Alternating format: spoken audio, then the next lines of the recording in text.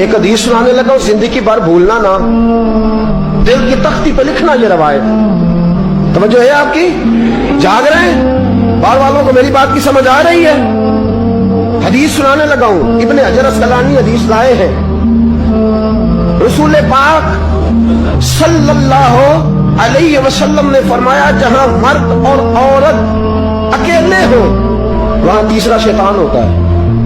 یہ تو پہلے بھی سنے ہوں گے نا اتنے لفظ، اس سے آگے ابن حجر حدیث کے لفظ لائے۔ یا رسول اللہ صلی اللہ تعالی علیہ وسلم، مرد اور عورت اکیلے ہو تو تیسرا شیطان ہوتا ہے؟ حضور نے فرمایا ہاں۔ عرض کی حضور اگرچہ وہ نیک ہو، جہاں مرد اور عورت اکیلے ہو وہاں تیسرا شیطان ہوتا ہے۔ حضور اگر وہ نیک ہو لکھ لو دل کی تختی پر۔ میرے رسول نے فرمایا اگر عیسیٰ کی ماں مریم بھی ہو اور زکریا کا بیٹا یحییٰ بھی ہو تو میں ان دونوں کو بھی اکیلا بیٹھنے کی اجازت نہیں دے سکتا۔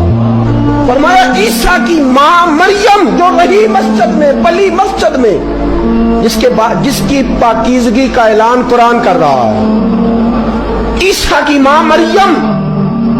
اور فرمایا یحییٰ صرف نبی نہیں، نبی کے بیٹے بھی ہیں۔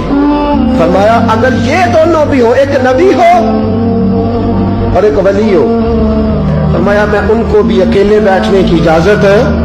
تو کس نیکی اور پرہیزگاری کی بات کرتا ہے؟